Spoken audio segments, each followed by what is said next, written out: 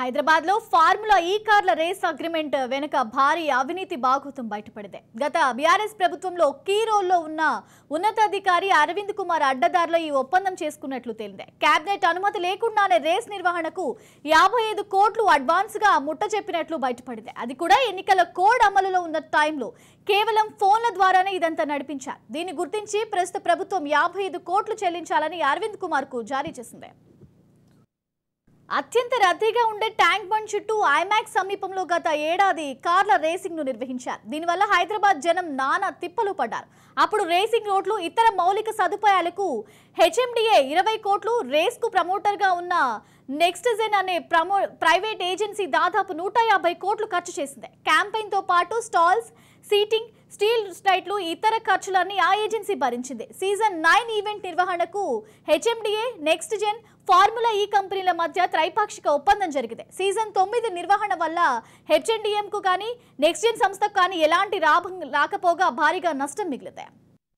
Formula ఈ race season 9 వల్ల నష్టం వాటిల్లినట్లు తేలినా ఫిబ్రవరిలో జరగాల్సిన సీజన్ 10 నిర్వహణ కోసం నిరుడు అక్టోబర్లో బీఆర్ఎస్ హయాంలోనే పచ్చ జెండా ఊపారు. కేబినెట్ ఆమోదం లేకుండానే అప్పటి HMDA commissioner special CS Arvind Kumar agreement పై సంతకాలు చేసినట్లు తెలియదు. ప్రమోటర్ గా లేకుండా నేరుగా ఫార్ములా ఈ కంపెనీతో హెచ్ఎండిఏ ద్వైపాక్షిక ఒప్పందం చేసుకుంది. దీంతో రేస్ కు పెట్టే ఖర్చు, వాటిల్లే నష్టం మొత్తం హెచ్ఎండిఏ పైనే ఉంటుంది.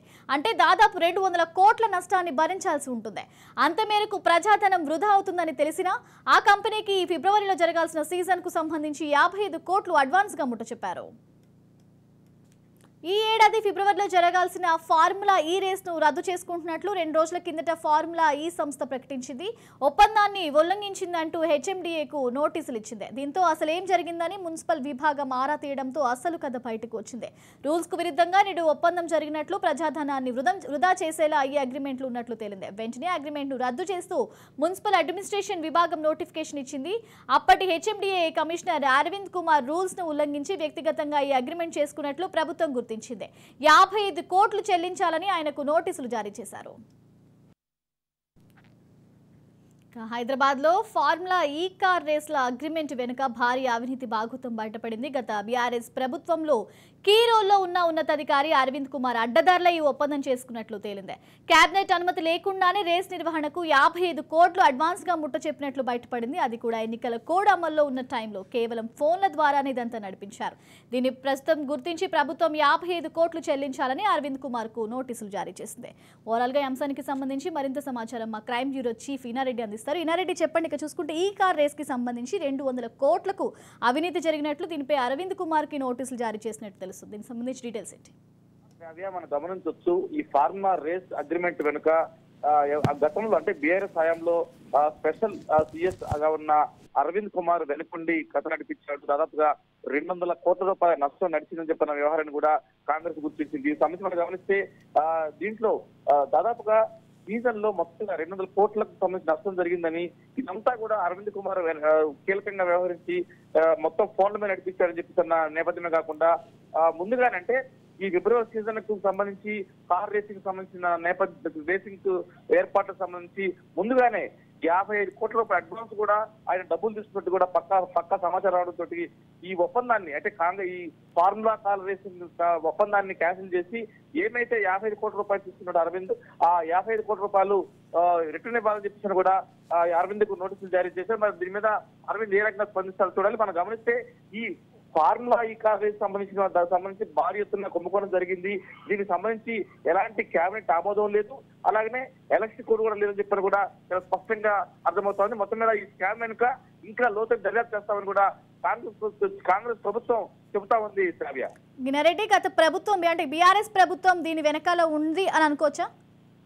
ఖచ్చితంగా శ్రావ్య, అంటే ఈ కేబినెట్ అప్పుగా లేకుండా ఎలక్షన్ కోడ్ పంచుకోవడం చేశారంటే ఈయన స్పెషల్ ఆఫీసర్ గా సిఎస్ అరవింద్ కుమార్ కీలకంగా వ్యవహరించినప్పుడు కూడా మరి 55 కోట్ల రూపాయలు ఈయన తీసుకున్నట్టుకంటే ఈ ఫిబ్రవరిలో జరగాల్సిన ఈ ఏమైతే ఫార్ములా కార్ రేస్ సంబంధించి ముందుగా అడ్వాన్స్ ఇస్తున్నాడు. ఈ అడ్వాన్స్ అనేది ఈ అరవింద్ కుమార్ ద్వారానే వచ్చింది కాబట్టి ఎవరికి పంచాడు, దాంట్లో ఈ అడ్వాన్స్ అనేది ఎవరికి షేర్ అయిన అమౌంట్ అన్న దాని మీద కూడా దర్యాప్తు కొనసాగుతా ఉంది.